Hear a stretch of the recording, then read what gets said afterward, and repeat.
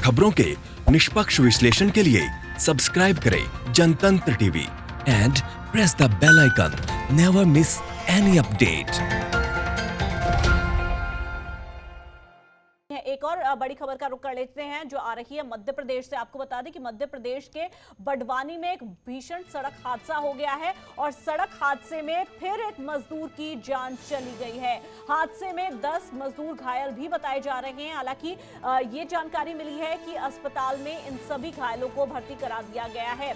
सरकारी अपील के बावजूद मजदूरों का ये पैदल मार्च जारी है और जिस तरह से कल उत्तर प्रदेश के औरैया से तस्वीरें सामने आई थी, उसके बाद अब मध्य प्रदेश के बड़वानी में ये सड़क हादसा, एक मजदूर की मौत हो गई है और काफी सारे इसमें घायल भी हो गए हैं। 10 मजदूरों के घायल होने की जानकारी मिली है। हालांकि सभी घायलों को अस्पताल में भर्ती करा दिया गया है, इलाज इनका जारी है और बदहाली की मार मजदूरों पर पड़ रही है। साथ ही साथ इसी के चलते मजदूर पैदल चल रहे हैं। लंबी कतार सड़कों पर देखने को मिल रही है। औजर पुलिस के अधिकारियों से जो जानकारी मिली है उसमें सामने आया कि ट्रक और मजदूरों को लेकर मुंबई से उत्तर प्रदेश के जौनपुर जा रहा था। ट्रक में एक ही परिवार के सभी लोग सवार थे। गुवाहाटी के पास स्पीड ब्रेकर आने पर ड्राइवर ने ब्रेक लगाया तो पीछे से आ रहे वाहन ने असंतुलित होकर चल रहे मजदूरों के वाहन को टक्कर मार दी, जिसमें पीछे बैठे 10 मजदूरों को काफी चोटें आई हैं। शरद व्यास हमारे संवाददाता ज्यादा जानकारी के साथ हमारे साथ जुड़ गए हैं, उनसे बातचीत कर लेते हैं। सड़क हादसा शरद ये हुआ है, क्या इसकी वजह बताई जा रही है, क्या कुछ और डिटेल्स निकल कर आ रही हैं ज्यादा जानकारी में? देखिए, मध्य प्रदेश के यदि मोटे मोटे आंकड़ा बताऊं तो तकरीबन 200 लोग अब तक शिकार हो चुके हैं, मौत के गाल में समा चुके हैं इन सड़क हादसों के दौरान और इन एक्सीडेंट्स के दौरान। इसमें तकरीबन 250-300 से ज्यादा लोग अभी तक घायल हुए हैं, जिनका उपचार अलग अलग जगहों पर चल रहा है। सरकार की तरफ से जो लोग मरे हैं उनको आर्थिक मदद भी दी गई है। बड़वानी में जो हादसा हुआ है वो भी कुछ इसी तरह से हुआ है। इसमें अनियंत्रित होकर जो ट्रक था वो कहीं ना कहीं अनियंत्रित हुआ और उसके बाद ये दुर्घटना हुई है, जिसमें 10 लोग अब तक घायल हुए और एक की इस दुर्घटना में दुखद मृत्यु हुई है।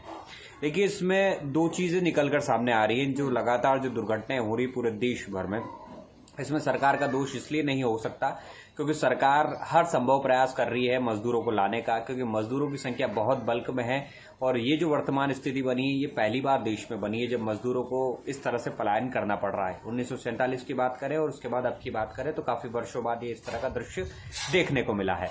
तो हर संभव कोशिश की जा रही है कि मजदूरों को बेहतर खाना मिले, बेहतर उपचार मिले, रहने के लिए जगह मिल जाए और प्रॉपर अपने घर तक पहुंचने का पूरा उनको संसाधन दिए जा सके। लेकिन मजदूर कहीं ना कहीं इस डर से कि उनको कहीं 15 दिनों के लिए सरकार क्वारंटाइन ना कर दे, इसी वजह से वो बसों में सवार नहीं हो रही हैं। और दूसरे जो बसों में सवार हो रहे हैं वो एक उनका दूसरा भाई ये भी है कि कहीं अतिरिक्त पैसा ना लिया जाए, क्योंकि बसों में सवार नहीं हो रहे हैं, ये ट्रकों में सवार हो रहे हैं। प्राइवेट जो गाड़ियां हाईवे पर चल रही है, जो मालवाहक वाहन चल रहे हैं उनमें सवार हो रहे हैं और जितने भी हम एक्सीडेंट देखेंगे मालवाहक वाहनों के एक्सीडेंट्स है और उन्हीं में इस तरह की दुर्घटना देखने में आई है ज्यादातर।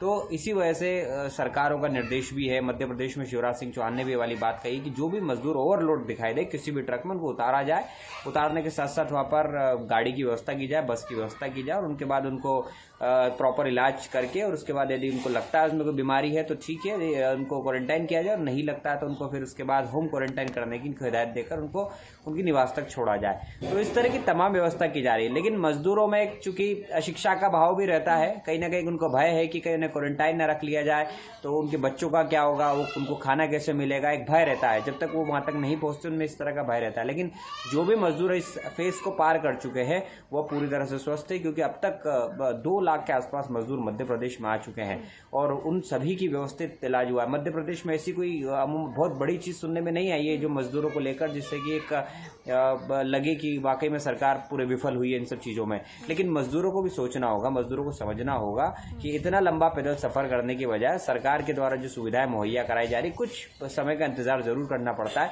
लेकिन मुहैया करा दी जाती है। मध्य प्रदेश हो, उत्तर प्रदेश हो, बिहार हो, झारखंड हो, कोई भी प्रदेश हो, सभी अपने स्तर पर काम कर रहे हैं। लेकिन इतने बल्क में यदि मजदूर आएंगे तो अव्यवस्था बिल्कुल चरमराती है, स्वाभाविक सी प्रक्रिया है। बिल्कुल चरमराती है, सही कह रहे हैं शरद। लेकिन फिलहाल अगर बॉर्डर्स की बात की जाए तो किस तरह की तस्वीरें बॉर्डर्स पर देखने को मिल रही है? देखिए, पूरे देश मध्य प्रदेश की बात करें तो 5 राज्यों की बॉर्डर मध्य प्रदेश से जुड़ती है, जिसमें महाराष्ट्र है, गुजरात है, राजस्थान है। इसमें 3 प्रमुख राज्य हैं। इन 3 प्रमुख राज्यों से मजदूरों के आने का सिलसिला, जो लोग पिछले 1.5-2 महीने से बाहर फंसे हुए हैं दूसरे राज्यों में, किन्हीं कारणों से गए आपको तो रोकना लॉकडाउन की चाहूंगी वजह से क्योंकि इस वक्त मुख्यमंत्री योगी आदित्यनाथ अपनी टीम 11 के साथ महत्वपूर्ण बैठक कर रहे हैं। खबरों के निष्पक्ष विश्लेषण के लिए सब्सक्राइब करें Jantantra TV and press the bell icon. Never miss any update.